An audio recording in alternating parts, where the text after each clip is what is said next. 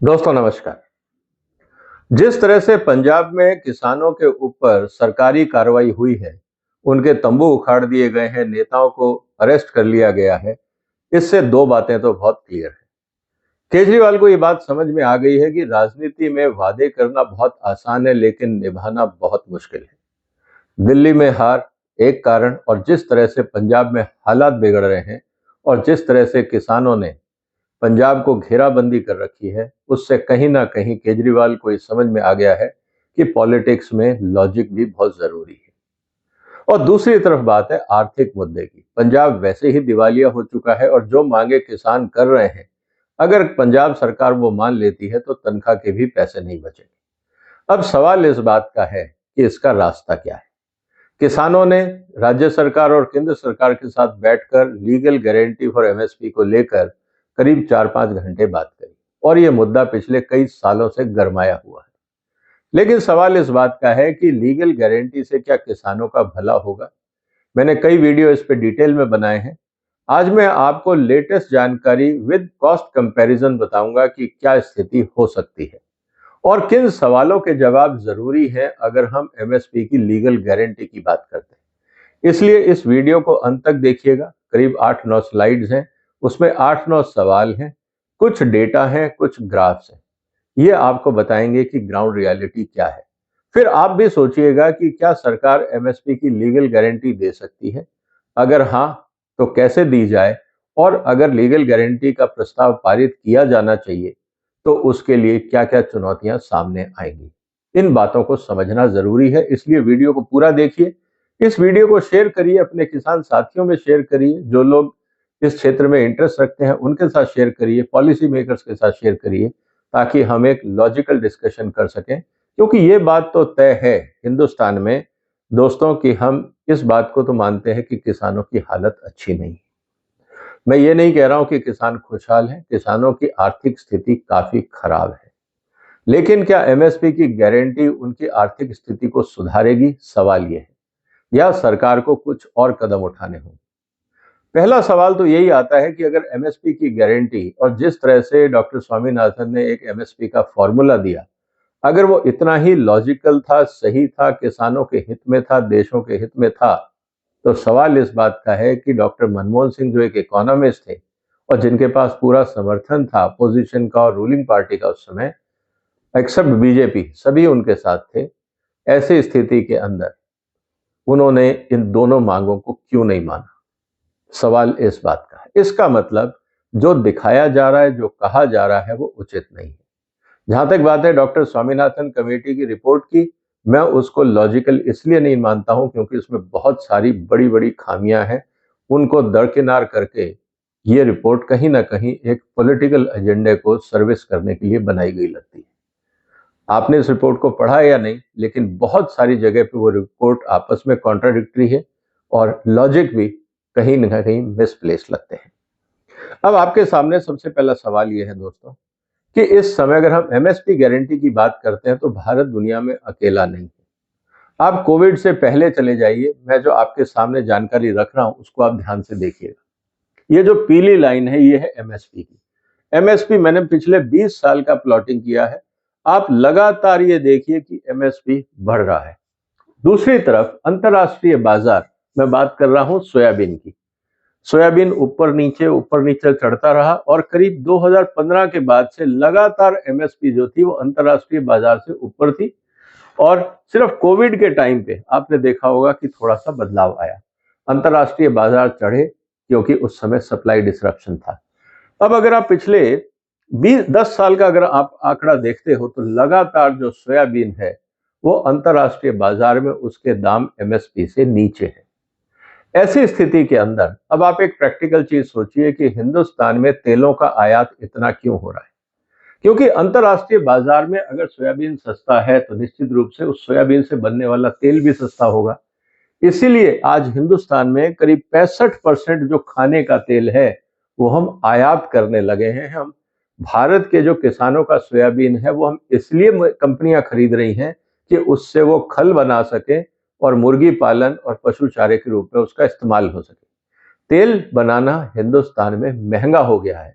तो जहां पे ऑयल पहले मेन प्रोडक्ट था, पशु का चारा जिसको खल बोलते हैं, वो बाई प्रोडक्ट होता था। आज की तारीख में बिकॉज ऑफ दिस कॉस्टिंग अब खल जो है वो मेन प्रोडक्ट हो गया है। इंडियन मिलर्स के लिए जो ऑयल है वो बाई प्रोडक्ट हो गया। अब सवाल इस बात का है कि अगर वो बाई प्रोडक्ट हो गया तो पूरी कमाई खल से होगी। और जब खलों की हम बात कर रहे हैं तो हिंदुस्तान में जो मुर्गी पालक है वो ये कहता है कि साहब हिंदुस्तान में खल के रेट बहुत ज्यादा हो गए हैं, इसको कंट्रोल करना चाहिए, नहीं तो आप हमें आयात करने दो। इससे क्या होगा, स्थिति और कॉम्प्लिकेटेड हो जाएगी, जिसकी चर्चा मैं कभी और आपसे करूंगा कि डीडीजीएस आने के बाद सोयाबीन की हालत और भी ज्यादा क्यों खराब होगी। मैं अभी सिर्फ आज बात कर रहा हूं एमएसपी को लेकर, ये हमारे सामने आंकड़ा है। अब हम बात करते हैं एक और क्रॉप की जो पंजाब के लिए काफी इंपॉर्टेंट है। हम बात कर रहे हैं इस समय, अगर आप ध्यान से देखें तो मक्के की। अब मक्के का एमएसपी भी लगातार बढ़ता जा रहा है। दूसरी तरफ अगर आप देखें तो 2015 के बाद से या इनफैक्ट 14 के बाद से लगातार मक्का कम था और कोविड के बाद तेजी से ऊपर बढ़ा। और धीरे धीरे आप देखेंगे कि हमारा एमएसपी बढ़ता जा रहा है और वापस अब मक्के के रेट धीरे धीरे कम होने लगे हैं या रुक रहे हैं। ऐसी स्थिति के अंदर अब सवाल इस बात का है कि क्या होगा। ऐसी स्थिति के अंदर आने वाले दिनों में हमारे यहाँ जो मक्का आधारित उद्योग है वो महंगा होगा, खासकर मुर्गी पालन उद्योग जो 60% मक्के की खपत करता है। अंतर्राष्ट्रीय बाजार से मुर्गी जो है वो इंपोर्ट होने लगेगी। हमारे जो कृषक हैं, जो मुर्गी उत्पादक हैं, उनके लिए प्रॉब्लम आएगी। जब उनको प्रॉब्लम आएगी तो मक्का कौन खरीदेगा, समस्याएं और गंभीर हो जाएंगी। इसको भी हमें समझना होगा। एक और इंपॉर्टेंट क्रॉप जिसकी हम बात कर रहे हैं जो पंजाब से संबंधित है वो है वीट की। अब वीट के भी हालात देख लीजिए। 2015 के बाद से अंतर्राष्ट्रीय बाजार जो है वो नीचे था। कोविड के बाद अंतर्राष्ट्रीय बाजार ऊपर गया, लेकिन अब दोबारा तेजी से नीचे आ रहा है और दूसरी तरफ हमारा एमएसपी लगातार बढ़ता जा रहा है। ऐसी स्थिति के अंदर दोस्तों, अगर हम ये कहें कि यूक्रेन वॉर अब खत्म हो जाएगा, कोविड के बाद सिचुएशन नॉर्मल हो जाएंगी, अब ट्रंप साहब जो कर रहे हैं वो हमारे सामने है, अगर मान लीजिए अंतर्राष्ट्रीय बाजार फिर भारत की एमएसपी से नीचे हो जाता है, उस स्थिति के अंदर क्या होगा। अब सवाल ये सबसे बड़ा हमारे सामने है। तो जो सवाल हमारे सामने आता है वो ये कि अगर मान लीजिए कि एमएसपी पे खरीदार नहीं होंगे, मैं व्यापारी हूं, मैं इंपोर्ट कर लूंगा, जैसे मैं तेलों का आयात कर रहा हूं, दालों का आयात कर रहा हूं, कुछ मामलों में कॉटन का आयात कर रहा हूं, मसालों का आयात कर रहा हूं, बाकी चीजों का आयात हो रहा है। हमारे यहाँ पे इतने चैलेंजेस आते हैं कि हम एक्सपोर्ट पे बैन लगा देते हैं क्योंकि हमें नहीं पता कि महंगाई कंट्रोल कैसे होगी। ऐसी स्थिति के अंदर मान लीजिए कि आयात होता है और डोमेस्टिक किसान का माल, हमारे किसानों का माल अगर नहीं बिकता है, उस स्थिति में क्या होगा। और एमएसपी पे नहीं बिकता है, आज सोयाबीन एमएसपी के नीचे बिक रहा है, दालें एमएसपी के नीचे बिक रही हैं, बाकी जो तिलहन एमएसपी के नीचे बिक रहे हैं। ऐसी स्थिति के अंदर अगर लीगल गारंटी हो जाती है और एमएसपी पे खरीदार नहीं मिलेंगे तो वही माल कौन खरीदेगा। सवाल इस बात का है, क्या सरकार खरीदेगी, क्या राज्य सरकार खरीदेगी, क्या किसान संगठन खरीदेंगे, या वो किसानों के पास ही माल पड़ा रहेगा और जो उसको माल बेचने के पैसा मिलता, मान लीजिए कि 10% 20% डिस्काउंट पे भी वो बेचता तो उसकी कुछ तो कमाई होती। अब हालात ये है कि उसका माल बिक ही नहीं रहा है, पूर्ण रूप से वो सामान किसान के पास ही रह गया। ऐसी स्थिति के अंदर किसानों का फायदा हुआ या नुकसान, इसका जवाब कौन देगा। तो पहला सवाल मेरा सभी लोगों से जो एमएसपी की लीगल गारंटी की चर्चा में शामिल है, उनसे मेरा सवाल यह है कि पहला मुझे ये बताइए कि अगर एमएसपी पे खरीदार नहीं होंगे तो कौन खरीदेगा। इसका जवाब जरूरी है। दूसरी बात, अगर मान लीजिए बाजार के अंदर क्वालिटी का माल आता है, अलग अलग क्वालिटी का माल होता है, एग्रीकल्चर फैक्ट्री तो है नहीं, अलग अलग सिचुएशन में अलग अलग क्वालिटी आती है, कभी खराब आती है, कभी अच्छी आती है, कभी मीडियम आती है, कभी डैमेज्ड आती है। तो जब आप एमएसपी के लिए माल बेचेंगे तो उसका क्वालिटी नॉर्म क्या होगा, क्योंकि भारत सरकार का एफएसएसएआई का जो कानून है, food safety and standards act of India, वो तो ये साफ साफ बोलता है कि कोई भी खाने की वस्तु एफएसएसएआई के स्टैंडर्ड से नीचे ना बेची जाएगी, ना खरीदी जाएगी, ना स्टोर की जाएगी, ना ट्रांसपोर्ट की जाएगी, अगर वो खाने के लिए है। ऐसी स्थिति में जब किसान खाने के लिए गेहूं बेच रहा है तो क्या वो एफएसएसआई का मानदंड लागू होगा जब वो एमएसपी पे बेच रहा है। क्योंकि अभी अगर आप दाम तय कर रहे हैं तो क्वालिटी भी तय करनी पड़ेगी। फिर आप ये नहीं कह सकते कि हम सिर्फ दाम की बात करेंगे और क्वालिटी हमें नहीं पता। ये लॉजिक कभी बैठेगा ही नहीं, क्योंकि जो व्यापारी है वो पैसा देने को तैयार होगा प्रोवाइडेड उसको क्वालिटी मिले। अगर वो कम दाम देता है तो वो ये सोच के देता है कि खराब क्वालिटी है, मैं उसको फैक्ट्री ले जाऊंगा, साफ सुथरा करूंगा, प्रोसेस करूंगा, क्लीनिंग करूंगा, जो भी करूंगा उस पर मेरा भी खर्चा आएगा। उसके बाद वो प्रोडक्ट नॉर्म्स के साथ बेचने लायक होगा, उस पर जो खर्चा जुड़ेगा वो भी मैं जोड़ूंगा और उसके बाद बेचूंगा, उसका एमआरपी तय करूंगा। इसीलिए वो सब चीजें फैक्टर इन करके, डिस्काउंटिंग करके फिर वो मंडी में खरीदारी करते हैं। ऐसी स्थिति के अंदर जब आप एमएसपी मिनिमम कर दोगे, फिक्स कर दोगे, तो क्वालिटी नॉर्म्स क्या होंगे, ये सवाल का जवाब कौन देगा?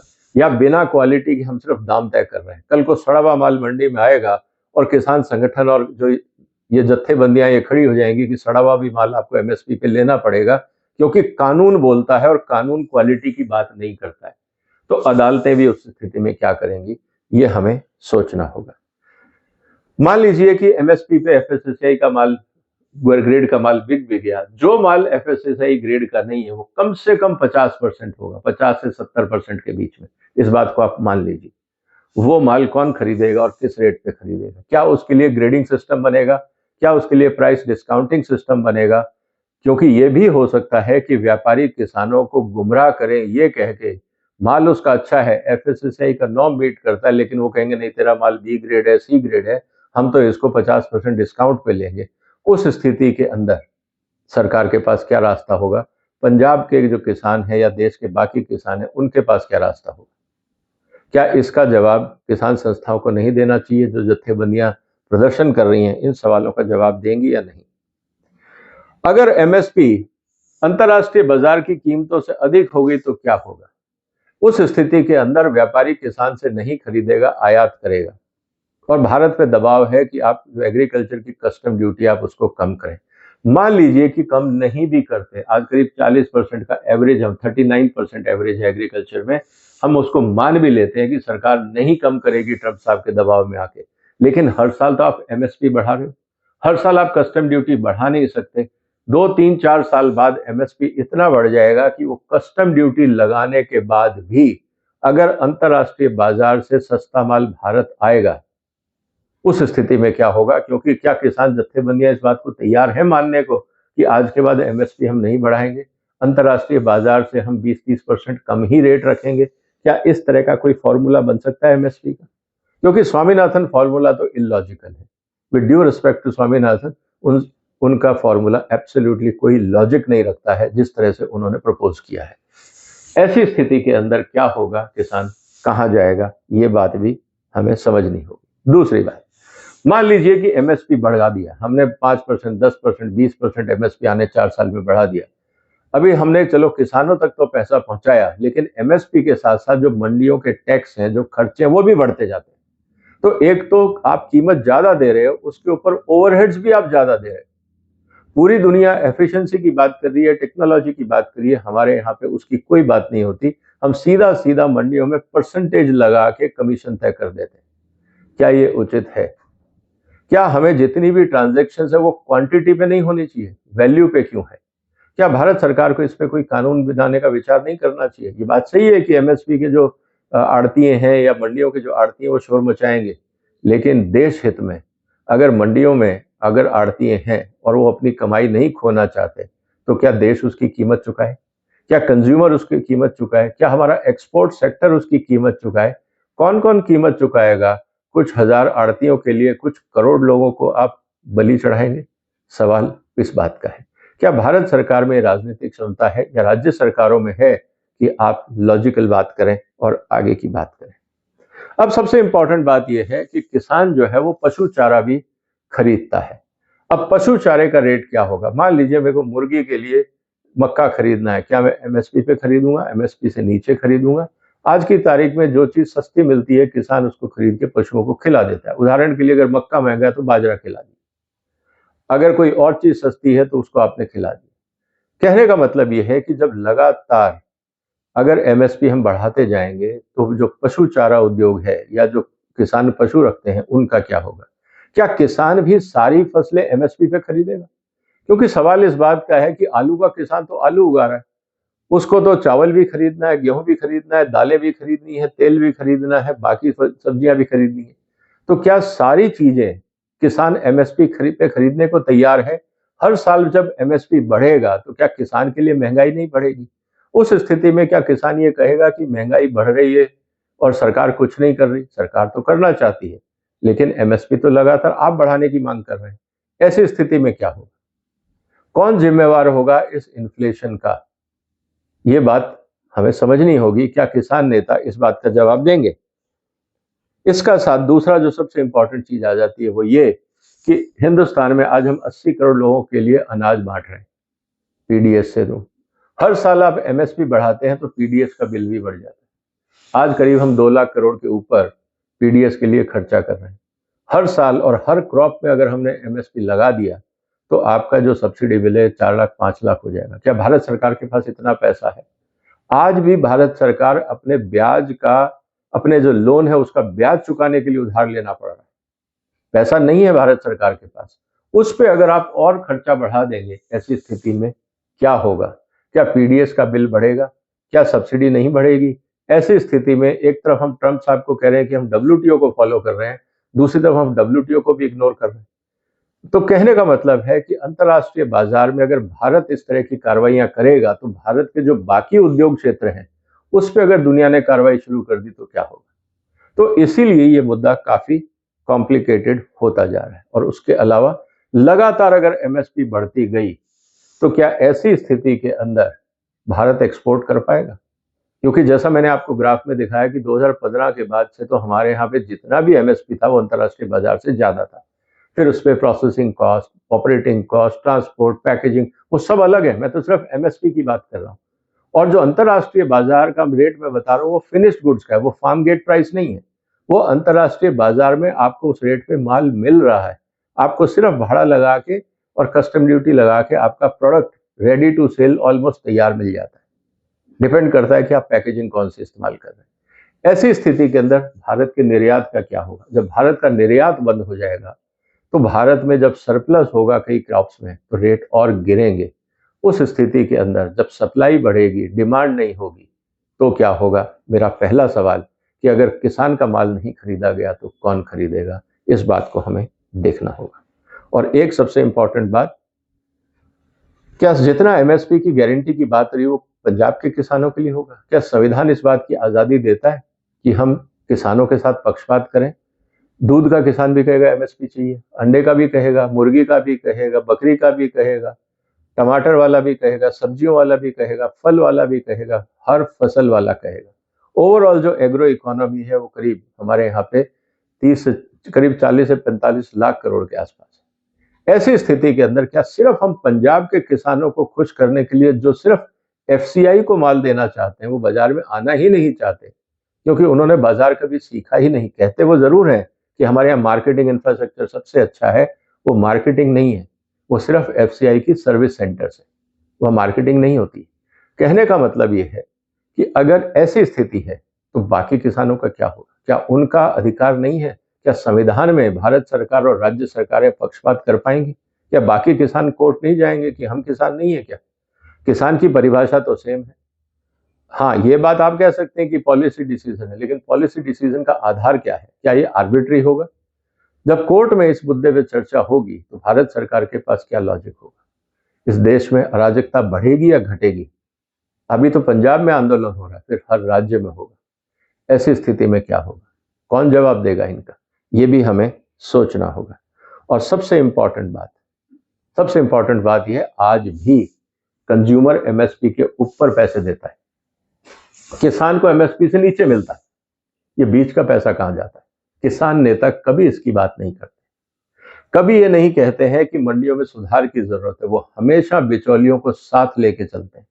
कारण यह है कि जितने भी किसान नेता हैं कहीं ना कहीं वो आड़तीय भी हैं, या आड़तियों के साथ उनका संबंध है, पारिवारिक रिश्ता है या पारिवारिक व्यापार है। इस बात को भी हमें समझना होगा।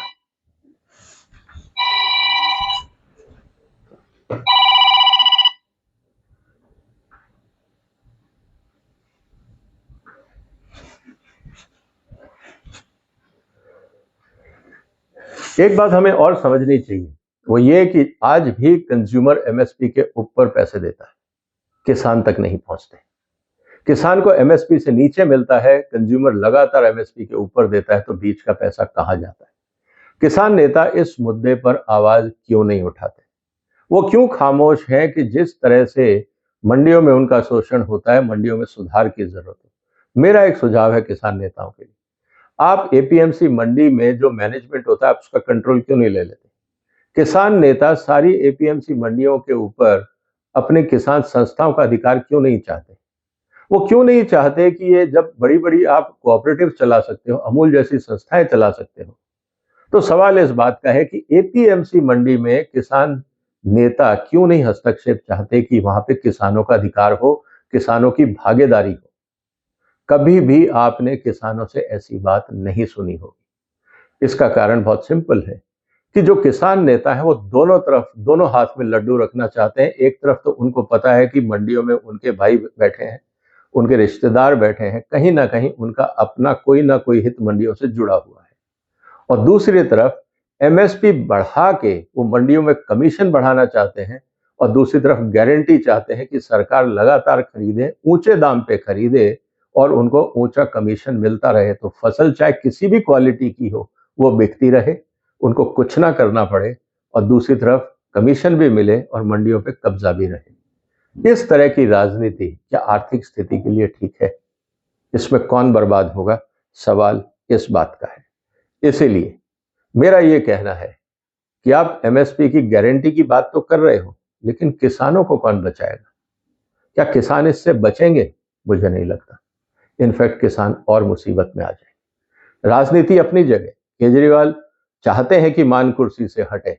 जैसे ही विपासना से आए, आते ही उन्होंने सबसे पहले ये हंगामा किया, और अब देखना कि मान सरकार के ऊपर प्रेशर होगा और धीरे धीरे ये माहौल बनेगा कि मान कॉम्पिटेंट नहीं है, उनको रिप्लेस करना चाहिए। फिर केजरीवाल आए या उनका कोई खास आदमी वहां बैठे, ये तो वक्त बताएगा। लेकिन विपासना के बाद पंजाब की राजनीति गरमाएगी जरूर।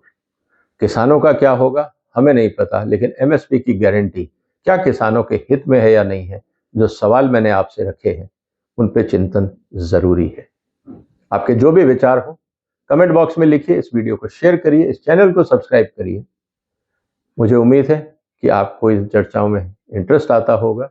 जो भी आपके विचार हैं लिखिए, शेयर करिए। फिर मुलाकात होगी एक और महत्वपूर्ण मुद्दे के साथ। तब तक अपना ध्यान रखिएगा। फिलहाल वंदे मातरम।